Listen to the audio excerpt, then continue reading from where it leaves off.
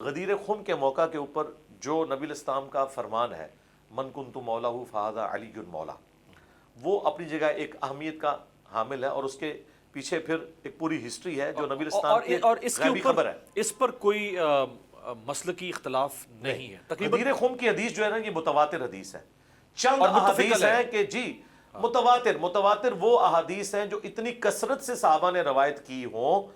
کہ ان کو آپ ایکویلنٹ ٹو قرآن، جس میں قرآن بھی تواتر کے ساتھ آیا ہے کہ کوئی غلطی کی گنجائش ہی نہیں، چند ایک احادیث ہیں جو متواتر ہیں۔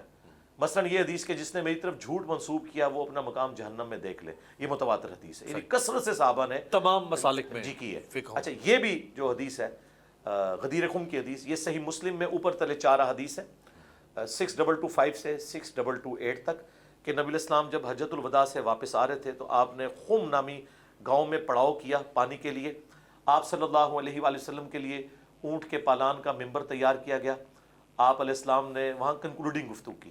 آپ کو الفاظ ہی بتا دیں گے، اے لوگوں آگاہ ہو جاؤ، میں بھی ایک انسان ہوں، قریب ہے کہ اللہ کا قاصد یعنی موت کا فرشتہ میرے پاس آئے اور میں اس کی دعوت کو قبول کر لوں۔ میں اپنے بعد تم میں 2 بھاری چیزیں چھوڑ کے جا رہا ہوں، ان میں سے پہلی چیز اللہ کی کتاب ہے، اس میں ہدایت ہے، اس میں نور ہے، یہ اللہ کی رسی ہے، تم اس کتاب کو پکڑو، اپنا تعلق اس کے ساتھ مضبوط کرو، جو اللہ کی کتاب کو پکڑے گا وہ ہدایت پہ ہوگا، جو چھوڑ دے گا وہ گمراہ ہوگا۔ پھر زید بن ارقم کہتے ہیں نبی الاسلام نے دوسری بات فرمائی کہ دوسری بھاری چیز میرے اہل البیت ہیں، میں اپنے اہل البیت کے معاملے میں تمہیں اللہ کا خوف دلاتا ہوں، میں اپنے اہل البیت کے معاملے میں تمہیں اللہ کا خوف دلاتا ہوں، میں اپنے اہل البیت کے معاملے میں تمہیں اللہ کا خوف دلاتا ہوں۔ 3 دفعہ وارن کیا، لیکن امت بالکل الٹ چلی ہے، نہ قرآن کو پکڑا اور نہ اہل البیت کو زندہ چھوڑا، بالکل الٹ چلی۔ قرآن کو نہیں پکڑا تو اہل بیت۔ اچھا نبی الاسلام کو چونکہ پروفیسی کے طور پہ یہ بتایا گیا تھا کہ آپ کی امت آپ کے اہل البیت کے ساتھ یہ کرے گی، اور آپ اس جگہ کی سلیکشن دیکھیں، یہ خم نامی جگہ وہ ہے جو مکے سے مدینے آتے ہوئے ایک مقام ہے، گاؤں ہے۔ دنیا میں کئی گاؤں ہیں جی جو اسے مقبولیت ملی، آج بھی موجود ہے یہ۔ اچھا اور غدیر کہتے ہیں خوشی کو، غدیر یعنی پانی کا جو مقام، اچھا اس کے لیے استعمال ہوتا ہے۔ باقی اہل تشیع کے ہاں تو ایک اس میں وہ اگلی چیز بھی پائی جاتی ہے، میں تو اس وقت فضائل کو ڈسکس کر رہا ہوں، مسائل کی طرف سے جا ہی نہیں رہا۔ غدیر خم کے موقع کے اوپر جو نبی الاسلام نے یہ بات ارشاد فرمائی، یہ جگہ کی سلیکشن بڑی امپورٹنٹ ہے، کیونکہ اس جگہ پہ صرف اہل مدینہ اور اہل شام رہ گئے تھے، اور اہل مدینہ کے ساتھ بعد میں جو حکمرانوں نے ظلم کیا، اور وہ کرنے والے کون تھے؟ اہل شام تھے بیسیکلی۔ ہاں جی، واقعہ ہرا ہوا، اور پھر جنگ جمل صفین نہروان والے جو معاملات ہیں وہ الگ سے نبی الاسلام نے اشارتاً تو اسی وقت بتا دیا تھا۔ مسلم شریف میں حدیث یہ اتنی ہے، مسند احمد میں اور جامعہ ترمذی میں حدیث آگے بھی چلتی ہے سنن صحیح الکبریٰ کے اندر، کہ پھر اسپیسیفکلی نبی الاسلام نے حضرت علی کا ہاتھ پکڑا اور یوں صحابہ میں بلند کیا اور کہا من کنت مولا فہذا علی مولا۔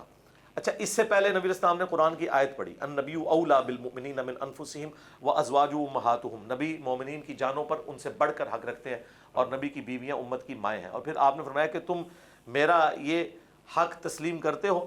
تو پھر جس چیز کے اوپر میرا یہ حق ہے نا، تو من کنت مولا فہذا علی مولا، جس کا مولا میں اس کا مولا، جس کا میں مولا ہوں۔ جی یہ مولا آقا کے معنوں میں بھی ہے، مودت کے معنوں میں بھی ہے کہ آپ نے ایکسٹریم لیول کی یعنی محبت رکھنی ہے، بلکہ مسند احمد میں ایک روایت اس کے ساتھ یہ بھی موجود ہے کہ سیدنا عمر نے کہا